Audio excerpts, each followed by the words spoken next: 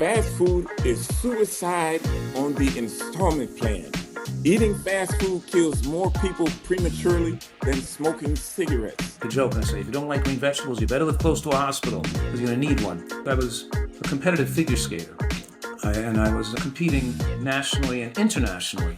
You could say from the age of like 13 to 20, I was eating particularly healthy to boost performance and stamina and not get sick. Your body is a miraculous self-healing machine. And when you feed it so optimally, it can reverse your damage. Your high blood pressure could go away. Your kidney insufficiency can get better. The people's diabetes goes away. Their blood pressure gets back to normal. They get off their diabetic drugs. They get off their blood pressure medications. They don't need the heart disease medications anymore. And their autoimmune disease goes away, like multiple sclerosis. Sugar is a gateway drug, and this glycemic rush, I call it this caloric rush in the bloodstream after you eat a meal. People get addicted and habituated to that. And it overly stimulates the opiate centers in the brain, so they become more dopamine sensitive, and then craving for this, get this rush in your brain of these addictive high-calorie substances.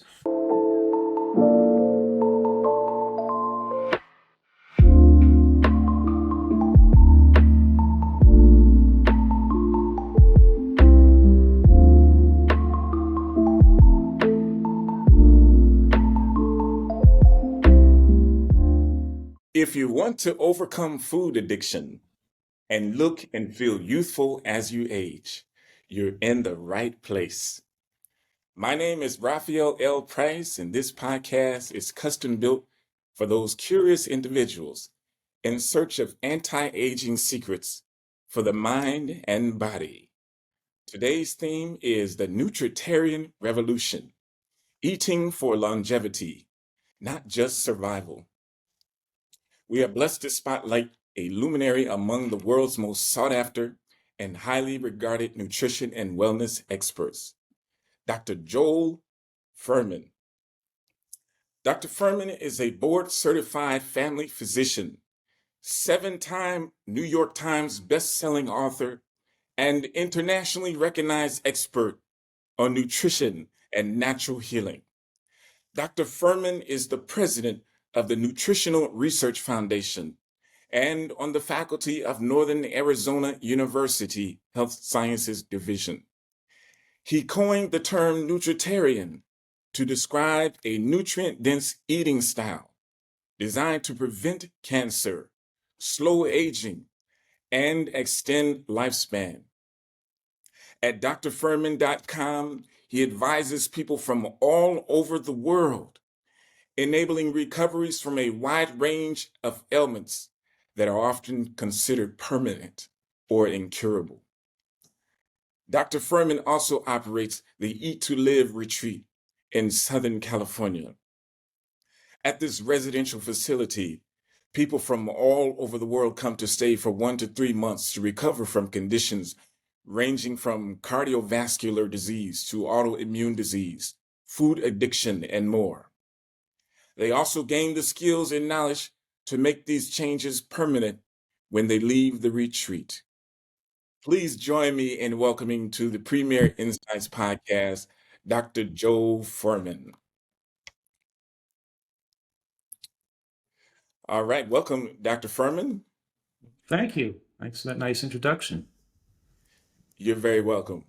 Let us begin by having you tell us why you became a Nutritarian and what impact it has had on you both personally and professionally. Well, I think in my youth, my father started eating a healthy diet because he was sickly and overweight, and he was going from doctor to doctor. So he read a lot of health books, primarily books by Herbert Shelton in the Natural Hygiene series. And so I read some of those books and tried to join him in healthy eating. At first, I thought it was crazy. How could this be right and everybody else in the world be wrong? How could such a small minority of people telling us that we don't have to get heart attacks and cancer can be prevented, it can reverse asthma, and you can reverse arthritis, and you can reverse heart disease and diabetes could go away, and doctors giving the wrong information, it just sounded too hard to believe. But in my teenage years, my exposure to the natural hygiene viewpoints and seeing people make recoveries perked my interest. By the time I was on the world, I was a competitive figure skater. I was, competing nationally and internationally. And so we were eating you could say from the age of like 13 to 20, I was eating particularly healthy to boost performance and stamina and not get sick. I was just eating much healthier than normal people would eat. And then as a hobby, I kept reading and doing nutritional research. And I eventually decided to go to medical school to become a physician specializing in the reversal disease through nutrition. And I became a board certified family physician because I thought that would give me the broad exposure to be able to treat all, the elderly, people with sports injuries, children, the biggest exposure to medical knowledge, and then the biggest opportunity to treat all types of people in different, parts of their lives. And I've been very blessed to have been able to, have more than 20,000 patients, to have helped people reverse their diseases. And that's really been the ultimate reward that I've got, was to have the tools to be able to help people get well. And that people have their diabetes go away, to have their asthma disappear, to have their rheumatoid arthritis and psoriasis and lupus go away completely, enable people to make complete recoveries through nutritional excellence. And I've honed and developed the Nutritarian diet. It's not the same as the natural hygiene approach my father read about in the 1950s and 60s, but now we have the Nutritarian diet has more precision, exactness to put together the dietary portfolio with the foods that have the most powerful anti-cancer effects and the most beneficial effects to slow aging. And I'm saying right now that the foods that slow aging and prevent cancer are also most effective if a person has cancer. It's not like one diet if you have cancer, another diet to prevent cancer. The same diet that prevents cancer is most effective at enabling the cancer cells to replicate, to stop replicating rapidly, or to enable the immune system to recognize abnormal cells and remove and kill them before they can form a mass and be invasive and metastasize and kill people. So we utilize this as an adjunctive therapy for people who even have cancer. But in any case, the word nutritarian, it's kind of like a diet that's designed to be rich in nutrients per calorie, have a nutrient bang per caloric buck, but also pick the foods with the most proven methodology that protect against both cardiovascular death and cancer death. And we have, in other words, we score foods on a hierarchical scale of quality, and we know those foods with the most scientific support to prevent to prevent cancer. But the number one cause of death for adult Americans is still heart disease, which is relatively easy to prevent with excellent nutrition. So and of course, I'm also saying that there's no such thing as a healthy overweight person, that body fat is a promoter of disease. And as a male's body fat gets above 15% body fat, and as a female's body fat gets above 25% body fat, you have certain disease parameters that increase. Insulin resistance increases, excess estrogen production. You have more inflammation coming from the fat supply in the form of cytokines and lipokines. It impairs immune function. And of course, so we're talking here about all the fact that many different factors work together, that people have to get back to a favorable weight if they want to have excellent health. So we're talking here about the right caloric window for you, with the most powerful nutrient with the highest nutrient foods, so we have a wide diversity of nutrients in the cell. So we have to improve the cellular concentration of nutrients and the cellular diversity of nutrients, including a wide variety of colorful plant foods, to do that without consuming too many calories. So we're saying here what promotes longevity, the secret to promoting longevity, is having a high level of nutrient concentration in the cell and a low level of toxic waste in the cell. And as we increase the nutrient exposure, it enables the body to remove toxic waste better, even with exposure. And of course, the next thing is we have to have a favorable body weight and a favorable omega-3 index in the cell membrane. So those are the major factors that control aging and enable longevity. Now, that is a very, very powerful and very thorough explanation of your diet. And so many questions were coming out at me as you were speaking there. And I'm wondering in particular if you could maybe go a little bit, get a little bit more technical and explain to us how the Nutritarian diet affects aging at the cellular level. Well, we actually just did a study on that. We published a study that we took a test that measured telomere length, which is a marker of how fast you're aging.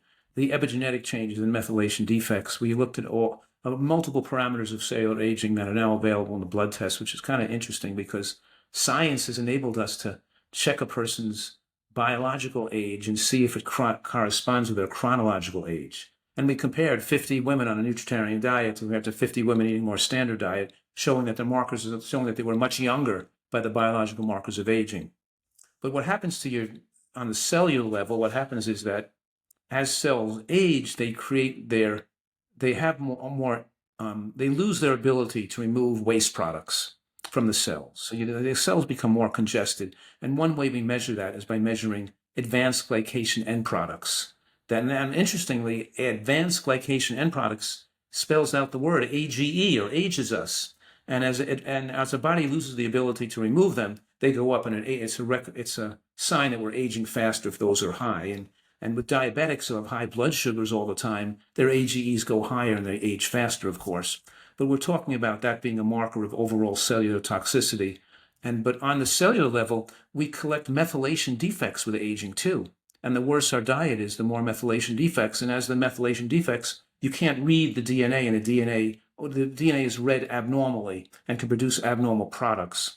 So with the accumulation of methylation defects, a cell becomes more likely to become a cancerous cell. A cell doesn't flip from a normal cell to a cancer cell. It could take decades for a cell gradually to become damaged more and more until it gets to a point where you could say it's replicating uncontrollably to cause cancer cells. And we know, for example, that methylation defects and advanced glycation end products and other factors of aging, including free radical concentration in the cells, correspond with how much green vegetables a person eats. So green vegetables, you could say that have been shown in, you could say, 1,000 different studies to slow aging and enable human immune function to work better and help the body keep its cells clean. I always make the joke and I say, if you don't like green vegetables, you better live close to a hospital because you're going to need one. But for example, there was a study on the Fiji Islanders, because the Fiji Islanders smoke cigarettes a lot, but they have very low rates of lung cancer. They eat a lot of green vegetables in Fiji, whereas the Hawaiian Islanders don't smoke much, but they have more lung cancer deaths because they don't eat much green vegetables on Hawaii. The bottom line we're saying here, not that person says okay to smoke, but the bottom line is that I'm using green vegetables as an example to slow cellular aging and to help make changes within the cells. And we know one of the mechanisms are the isothiocyanates. We call them ITCs, which stands for isothiocyanates, were found in green cruciferous vegetables. And these they're found in broccoli and Brussels sprouts and arugula and cabbage and kale and collards and mustard greens and turnip greens. And so we have these nutrients, and these new isothiocyanates have a host of different effects on the body, including the ability to enable the body to remove toxins from the cells and to activate the part of the cell that controls gene expression. In other words, what I'm saying that the body has the ability to silence abnormal genes and to express genes that help the body keep itself clean and increase cellular repair mechanisms. So the body can repair it. The cell is a miraculous self-healing. It tries to keep itself clean. It repairs damage. But if we overwhelm it with toxins and not enough nutrients, it can't repair damage, and actually damage begins to accumulate. And the American diet is 60% of calories from processed foods, like pasta and bread and salad oils and mayonnaise and donuts and cookies and crackers and rice cakes and, all kinds of things that don't have a significant micronutrient load. And then Americans eat about, you could say, 35% of calories from animal products, leaving only about 9% of produce. And out of that 9% of produce, it's only about 2% vegetables. So vegetables have the most power to extend longevity. And the bottom line is Americans are eating a small amount, and they should be the majority of what we eat. We're a vegetable-dependent animal. And that's when we enable the immune system to accurately ferret out or seek out and destroy abnormal cells and kill abnormal cells before they become cancerous and prevent the cell machinery from aging and turning into a cell that could turn cancerous. Our body has the ability to prevent that. We are not sitting here as sitting ducks. Our body has the ability, can protect ourselves with like armor, with like steel armor if we put the right foods in. That's very, very good. And I appreciate you encouraging us to become more herbivore in our choice, in our dietary choices, so that we can extend our life and our quality of life. This question now is, how does Nutritarianism stand out from veganism or the ketogenic and the Paleolithic and other diets? Well, absolutely. There's a lot of different diets on the marketplace, right? Mediterranean diets, keto diets, and they're all based on kind of hypotheses. And the ancestors ate this way long ago, so maybe that's the best way to eat. And of course, we have areas of the world that have blue zones too, where in the present society or in the last 50 years, where populations around the world are living the longest. And they're not living that much longer than they are in America. They're living about 5 to 8 years longer generally in the blue zones, who just generally eat foods that are more, you could say, culturally and socially indigenous to those areas. They're eating more vegetables, more sweet potato, more variety of plants, whatever it is. But they're doing better than what Americans do. But we can't consider them the ideal, the perfect diet. We consider them moving towards giving us indication and studies, giving us information that we can see it's better than what Americans are eating. But I'm saying we could extend human lifespan not by 5 to 8 years, but on the average like 15 to 20 years or 15 to 25 years, that the average age for humans living a healthy diet should be around 100 years old, not around 80 years old. And then the blue zones give us around 85 years. Now we know from the accumulation of studies that corroborate each other published in the last 10 years. And these are large-scale studies that analyze what people eat and how much and what type of food they're eating and and looking at hard endpoints, following large groups of people. We're talking about following hundreds of thousands of people for 20 or 25 years till their death or till their cancer diagnosis. And those studies are called hard endpoint studies. A hard endpoint means you follow them for decades and see what they die of or what happens to them. A soft endpoint means I put you on a diet and your diabetes improved or your cholesterol number improved or you lost some weight. I give you a statin drug and your cholesterol goes down, and that's a soft endpoint study. We don't know for sure if you're going to live longer on the statin drug. We just know it pushed your cholesterol down. Maybe the statin drug is going to increase risk of cancer, and the other risks of cancer and the cancer promotion from that drug will offset the people that are benefiting from their cholesterol. We don't know until we do some studies on large numbers of people for decades to see what the outcome is. So on the surface, a keto diet looks maybe good for some people because they lose some weight and their glucose is improved, and that's a soft endpoint. But now the question is, what if we followed these people following keto diets for 20 years or 30 years? How long would they live and what would happen? And here's what the studies show. They show that, and we're talking about the studies, I'm saying that multiple studies that show this from different researchers, different parts of the world, different cohorts of hundreds of thousands of people, all looking at the same information. And they find that people who eat higher amounts of animal products, like keto diets or paleo diets, that they're in a dose-dependent relationship. The more animal products they eat, the shorter their lifespans. So it shows that, and in these large epidemiologic studies looking at these people eating different, that are controlled for different variables, these different research groups from all over the world found the same thing, and that is the people who are carbohydrate restricting on keto diets had the shortest lifespan of any group. In other words, they called the highest chances of premature death. A premature death is a death before the age of 70. So it seemed like a keto diet, even though it might have helped a person lose weight or temporarily improve something in their life, it had the highest risk of premature death because to stay in ketosis, you have to eat carbohydrate foods that are very small, below a certain percent, and you can't meet your body's requirements for phytochemicals, antioxidants, keep in a chronic acidic state, and also the excess animal proteins drive up hormones that produce cancer, like higher levels of IGF-1. So IGF-1 is a growth hormone needed for when children are growing, but when your levels are pushed too high, when you're an adult, it promotes cancer cells and other cells to grow that shouldn't be growing. But it's the combination of the high level of insulin with the high level of IGF-1 and the high level of estrogen. When estrogen, insulin, and IGF-1 are all elevated, you have the most production of breast cancer and prostate cancer because you're promoting cellular replication and you're giving a high hormonal stimulation simultaneously.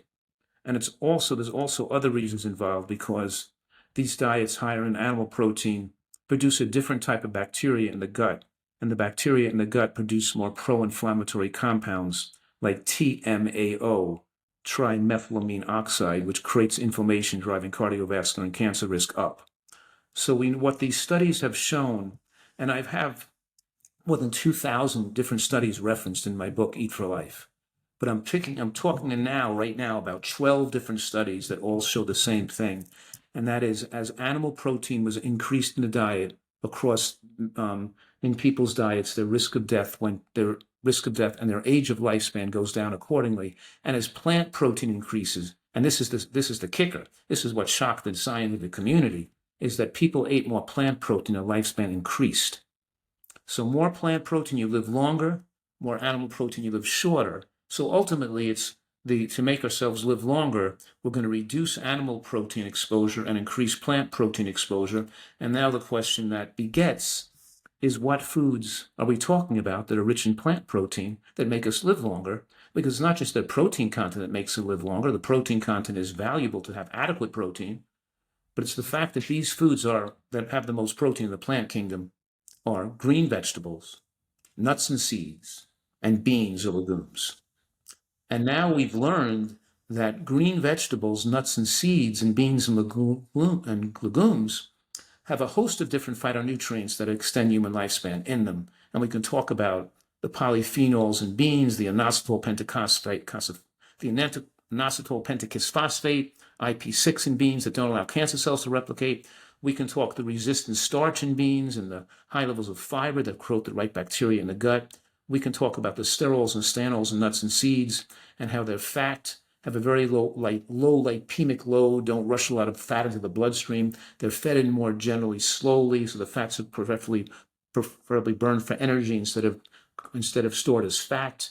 And we're talking about how nuts and seeds eaten with a meal, like vegetables and salad and arugula and onions, how they facilitate the absorption at a much higher level of phytochemical absorption into the bloodstream when you eat them with a salad or eat them with some vegetables. So we're talking about the synergy between various foods and trying to make a dietary portfolio that includes these foods that make us live longer. We wind up having adequate protein, but with a huge amount of phytochemical exposure that protects immune function and protects against cancer. So whether you're talking about, we're talking about various diets, like a vegan diet or a diet on all plant foods. Well, that's not precision, because there's a lot of vegan foods that could be unhealthy, and there's some vegan foods that are healthy.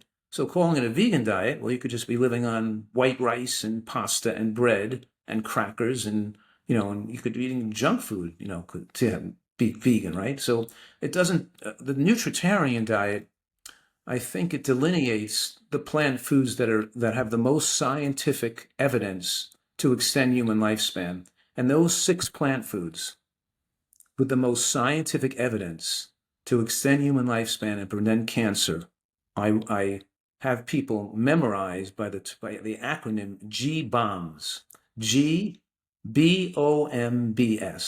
And so those are the foods that have the most scientific support to contain these phytochemicals to prevent cancer.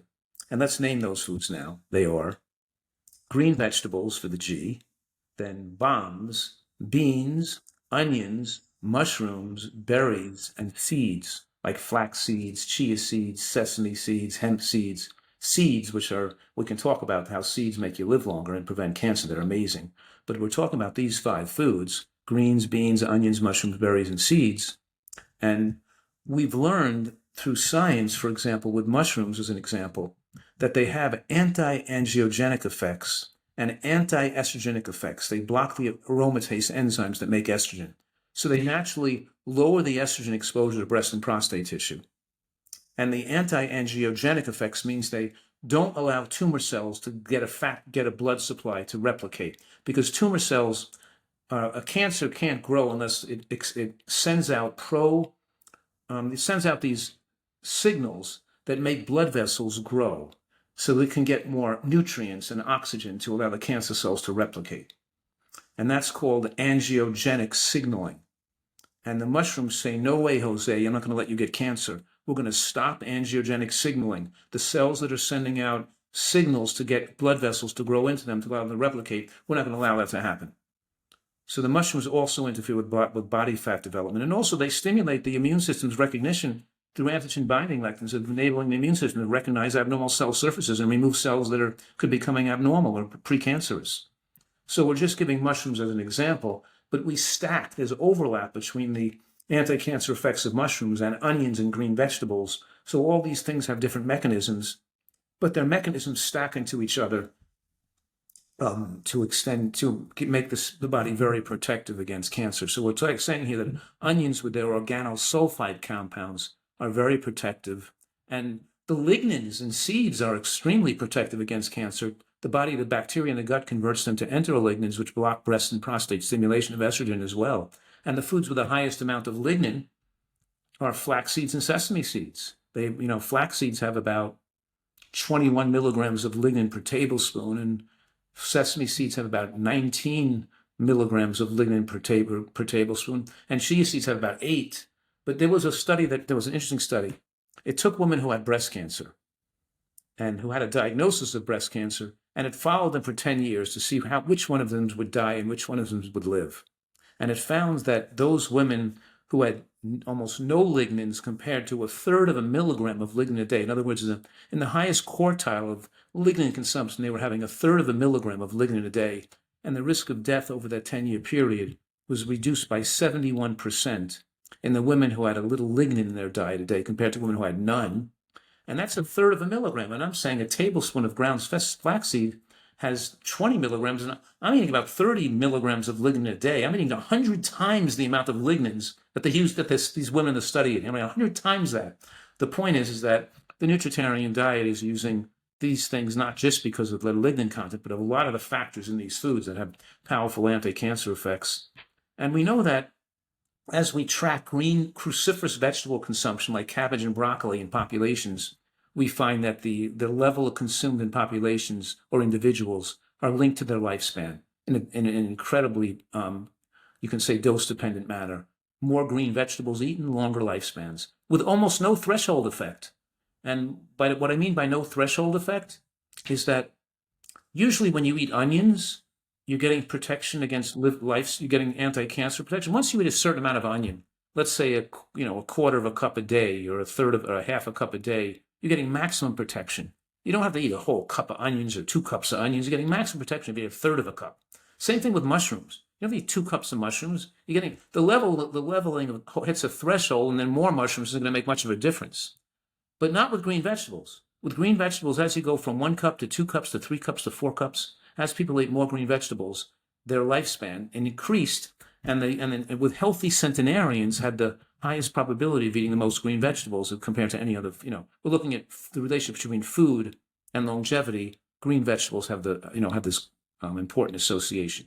So yes, we recommend they eat both raw and cooked. And one of my mantras is have a salad every day as the main dish. And the salad, our lunch is very prescribed in a precision-like manner, because we're having a big raw salad once a day. Because lettuce is a superfood. That's the nature's richest source of sulfoquinavose, which forms the good bacteria in the gut. We mix the lettuce with something cruciferous, like arugula, or sprouts, or cabbage, or baby kale, or bok choy. There's something cruciferous in there, raw, right? And then we cut up onion or scallion in there, too. So we have all these special things, and we're having the raw salad once a day. And then we make a dressing from nuts and seeds that might be tomato sauce and tomato paste with almond butter and black fig vinegar. We make a dressing, or oranges blended with sesame seeds and cashews and blood orange vinegar and lemon. We're making a dressing which has the nuts and seeds, which we're mixing in the salad, with tomato. And then here's the thing that you're alluding to, is that The ITCs, the isothiocyanates, are probably the most powerful anti-cancer nutrient in the diet. An example of an ITC is sulforaphane, found in broccoli. That those ITCs are not in the salad yet. They're not in the kale and the broccoli and the cabbage until you chew it and break open the cell wall. Because an enzyme called myrosinase in the plant cell membrane has to be broken open to form the ITCs in the mouth. You could blend it in a blender to open up the cells and form the ITCs in a blender, but normally people chew the salad, and the better they chew it, the more cells they break open and the more ITCs that are formed. Now, if you took those same vegetables and you cooked them, it would deactivate the myrosinase enzyme, and it wouldn't form the beneficial ITCs that fight cancer. So the best correlation with longevity is not the amount of ITCs or broccoli or cabbage you ate. It's the amount of ITCs in your urine or your blood that has the best correlation with low rates of cancer. And that means the person not only had to eat those foods, but they had to eat them either raw or not cooked so much so they lost the enzyme activity. And two, they had to chew them well enough to produce high levels of ITCs in the blood or the urine. So yes, we enhance and then we might be having cooked vegetables at dinner, like broccoli, string beans, zucchini, artichokes, asparagus, bok choy, other things, but those things are not, we're increasing our green vegetable consumption, but those are not myrosinase containing vegetables. Yes, so we're saying that you can cook things lightly, like wok things, and not overcook them and still maintain some of those enzymes activity. But the more you cook them, you're going to lose some of those enzymes forming the beneficial anti-cancer effects. And we're talking here about two classifications of food where this works. And one is the cruciferous family. When you're eating the other green vegetables like string beans and asparagus and artichokes and zucchini, you don't have to worry. You can eat them cooked because you're not going to deactivate the enzyme when you cook them. But when you're eating the cruciferous family, the broccoli, cabbage, Brussels sprout, collard greens, mustard greens, turnip greens, arugula, watercress, those things you want to eat raw or just a little bit cooked to keep the enzyme activity going. And then we have onions, which also people know the onion has a powerful enzyme because when they cut the onion, it makes their eyes tear. The succinic acid forms as you cut open the onion, and the enzyme in the onion causing that chemical reaction is called alliinase, Alliiase.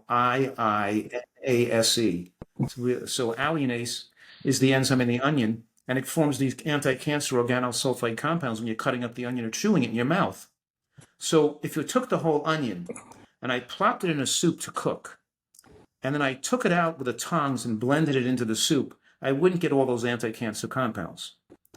But if I took the onion raw and I put it in the blender while it's raw and chewed it up in the blender and made it into an onion puree, giving off the sulfenic acid gas, I'd form the organosulfide compounds in the blender, and then I can pour that into the soup to cook.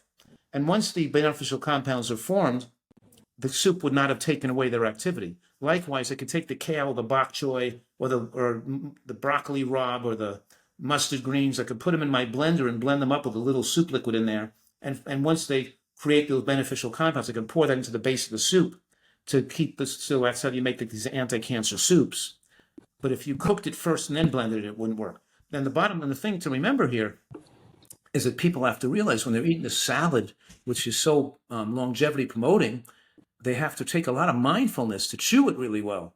Because if I'm eating a salad and I'm thinking and I'm talking and you're forgetting and you're swallowing pieces of food that's not chewed well enough, and you're missing all the beneficial anti-cancer effects because you didn't break open most of the cells. So you have to really try to liquefy the vegetables in your mouth to get the full benefit of eating the vegetables raw and the enzyme activity. Wow, the things that they didn't teach us in grade school or college, you learn right here with Dr. Fuhrman on the Premier Insights podcast. Now, I want to put a plug in for this great resource that you've written in 2017, Dr. Fuhrman. It's called Fast Food Genocide, How Processed Food is Killing Us and What We Can Do About It. And in this book, you wrote research-based truth bombs on every single page. You said, and I quote, "Fast food is suicide on the installment plan. Eating fast food kills more people prematurely than smoking cigarettes." Now, Dr. Fuhrman, can you please unpack that truth bomb for us and explain how a Nutritarian diet can undo the damage caused by years of consuming garbage, fast food, and poor nutrition. That's exactly, it's funny because it's funny, but it's sad, obviously. It's an important topic and it's not what people want to hear, but unfortunately, they are what they eat. And that book talks about that when you damage your body and you cause diabetes or kidney disease or high blood pressure or cardiovascular illness through eating, fast food and junk food, it damaged your brain cells simultaneously. And it affected your concentration and your creativity and your intelligence and your memory, and all those things are affected by the consumption of unhealthy food the same way it's damaging your body. We are what we eat. And our cells, so obviously when you take foods and you fry oils, the oil becomes rancid in proportion to the heat applied to it for how long it's heated for. So when you go to a fast food restaurant, you're getting something like French fries, or or fried chicken that's been cooked, that's been fried in oil, that's been heating all day long in these bins. You're eating something that's carcinogenic and genotoxic, and by the way, fried foods are linked in Southern diets to the highest rate of premature death in the world. In other words, it increases all-cause mortality, both cardiovascular mortality and cancer mortality. They fry, baked goods, and they call them donuts, and they fry, they put anything in cooked oil, which is really dangerous. And then another thing that makes the food, Fried vegetables. well, so it's like picking the worst food you could possibly fry. They fry everything, right? They're frying everything. And the oils are fattening, but the frying of the oil and the cooking of the oil makes them cancer causing. And then, of course, the way they're cooking, when you cook meat, let's say on a grill or a barbecue or a fryer or you form heterocyclic amines and polyaromatic hydrocarbons, which are carcinogenic as well. So it couldn't be. So when we combine the insulin promoting effects of the sugary foods like junk food and sweets, right, with meats. And by the way, white flour, like bagels and hamburger buns and pizza crust, is sugar. It's the same as sugar. It is sugar. White flour goes into the digestive tract and enters the bloodstream as pure sugar at the same rate of absorption and the same glycemic load as if eating just plain sugar out of a sugar bowl, with a spoon, or sucking on candy. It's the same thing. And when sugar rushes into the bloodstream, obviously, it has a lot of dangerous biological effects. We talked about it makes that you secrete insulin, and then fat on the body makes the insulin molecule not work well. So it makes the sugar stays higher in the blood for longer. And as sugar runs higher and stays higher in the blood, it ages us faster. It forms more advanced glycation end products. And of course, it forms the basis of disease causation for both cancer and cardiovascular death and dementia, and we're talking here about. So I always say the American diet has been designed by Al-Qaeda, to kill us. In other words, we couldn't put the best scientists in the world together and create an earlier cause of death for people to feed them the way most people eat in America. But in any case, what I'm saying, the mixture of fried foods, cooked meats, and sugar and white flour and baked products and fried and all together, just is tremendously causing premature death. Yes, yes. And I think this is a particularly relevant topic on this day after Memorial Day, when everybody has been on the grills, burning their hot dogs and pork chops and ribs and what have you. So this is a great opportunity to remind everybody that if you want to live a quality life, a long life, then you need to just dump all that in the trash and start today. Begin your Nutritarian lifestyle. Give Dr. Fuhrman a call, read his books, and let's have a happy life ever after. So how quickly can people start seeing changes physically and mentally when they do get rid of all those Memorial Day leftovers and decide to embrace a Nutritarian lifestyle, Dr. Fuhrman?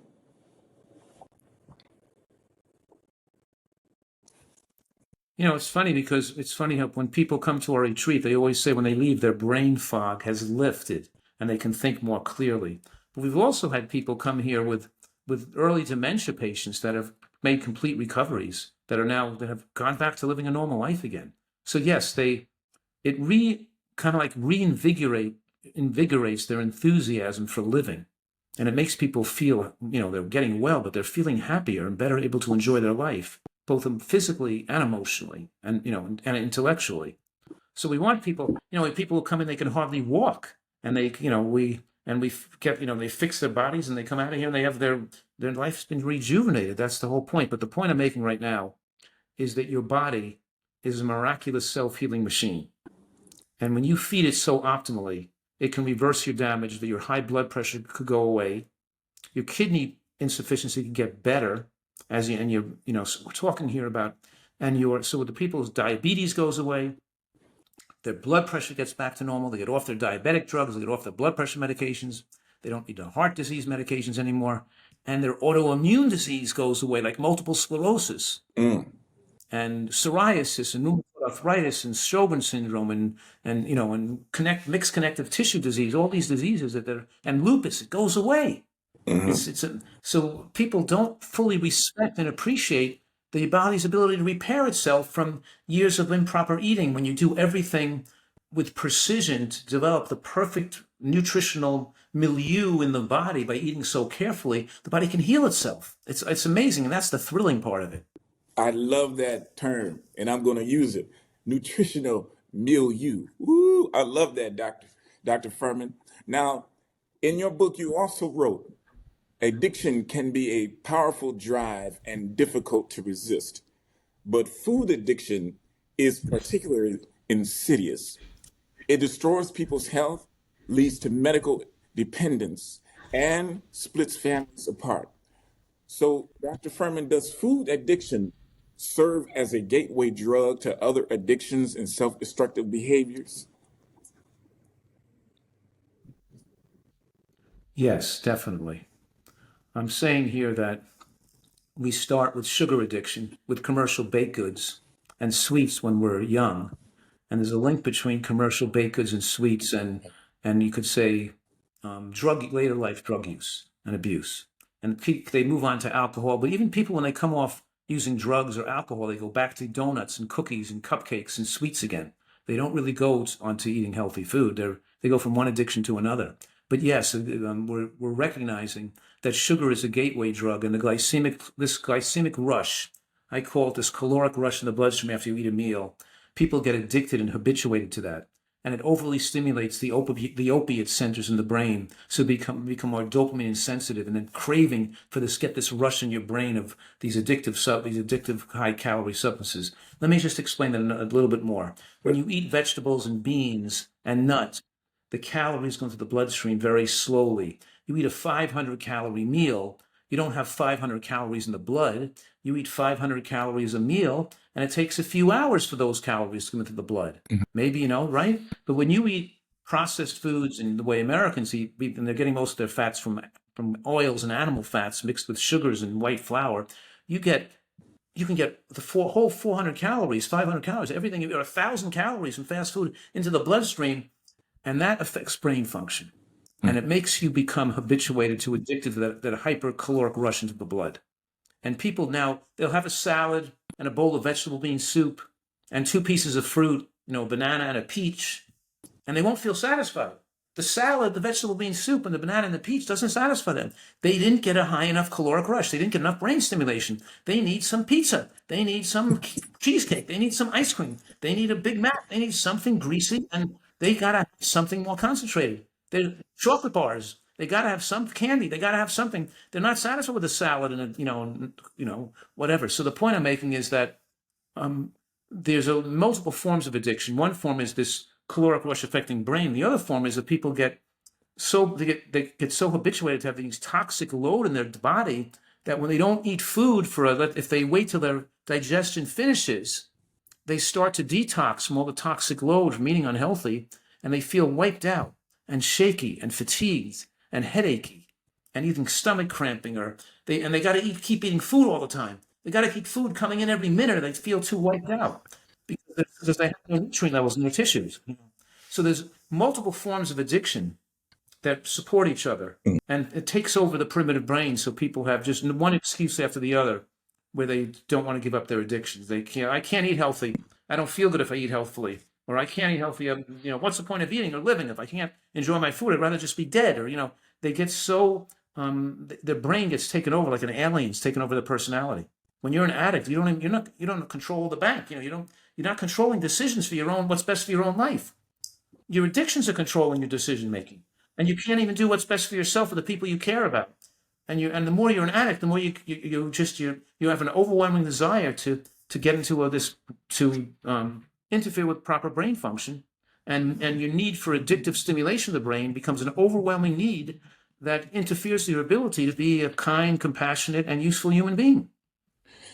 Well said, Dr. Fuhrman.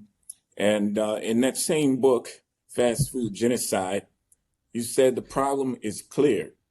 The American food industry has succeeded in its quest to hook Americans, especially populations in the inner city where healthy foods are not as available, on the most dangerous and destructive foods ever devised.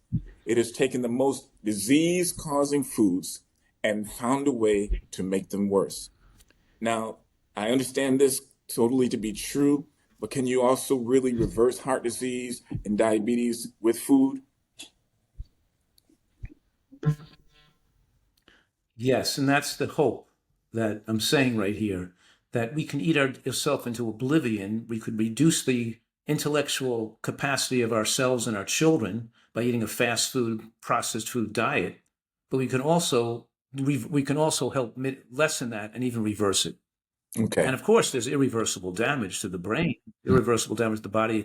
People, they're near death, and they're, people that you can't reverse the day before they're going to die or something. You know what I mean? Well, but if you start this, and the way you should start now, because we want to keep wherever you are, you can improve your health, and you could live longer, and you could feel better, and the payout is tremendous. The rewards are tremendous. I'm saying right now that if you embrace nutritional excellence to the degree I'm requesting you do, the benefits you get to yourself is so profound. Your brain thinks more creatively. You're more at peace with yourself and calm. You can be more useful to other people and be more helpful to them and be more compassionate. You can be a better version of yourself. And you're not running back and forth to doctors with your own health problems, and your own kidney going, and your own, because they get to be 50 years old, and then what happens is their life becomes overtaken with medical problems, and going back and forth to doctors and taking drugs and getting medical procedures, and their life becomes a living hell. I want to be able to enjoy my life and have fun and play and do, we want to be able to enjoy every single day and appreciate the world around us and have a full mental and physical capacity so we can really fully enjoy our life.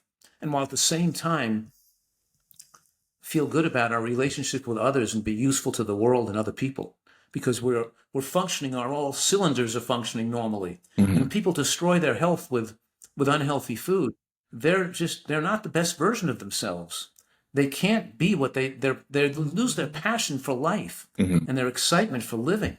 They just get into them, it's like they become a couch potato and sit on the, so yes, these diseases are reversible, and your brain function improves, and you feel better about yourself, and your taste buds can improve, and you can start to enjoy the natural flavors and the recipes you can make of eating vegetable dishes and healthy desserts, that can be made with like a banana ice cream with bananas and macadamia nuts and real vanilla bean powder.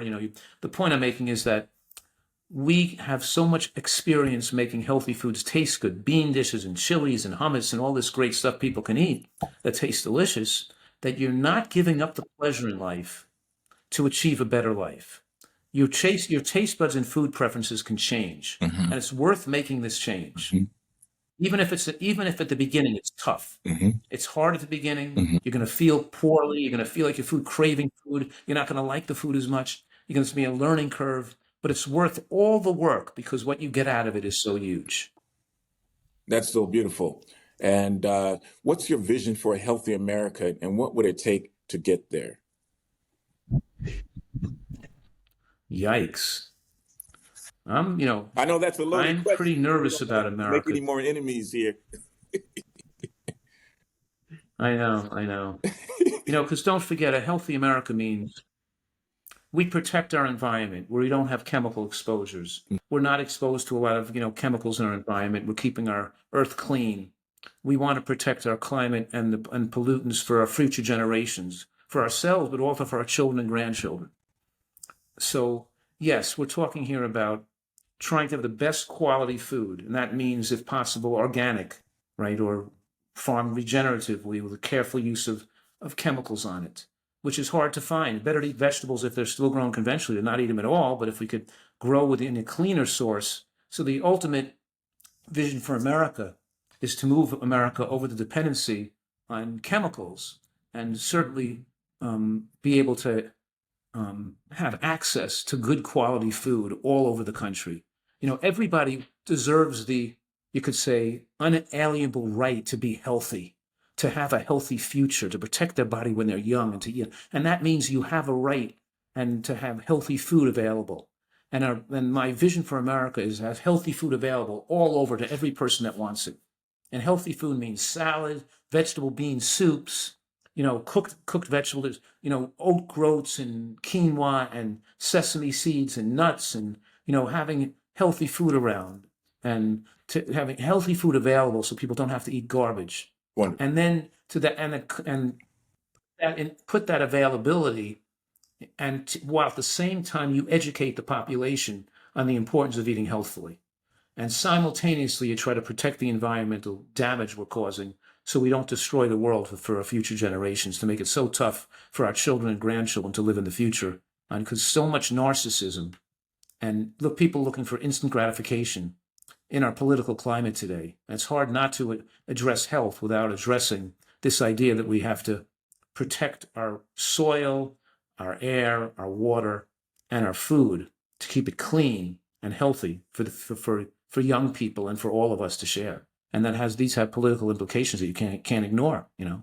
Yes, Dr. Fuhrman, I was going to say we need to have you in the administration at the White House, either as a U.S. Surgeon General or maybe one day as a president, so you can bring about this new healthy America, make America healthful again, as a lot of the people are saying these days. We have a few bonus items here for those. We want to reward the listeners and viewers that have stuck with us to this point.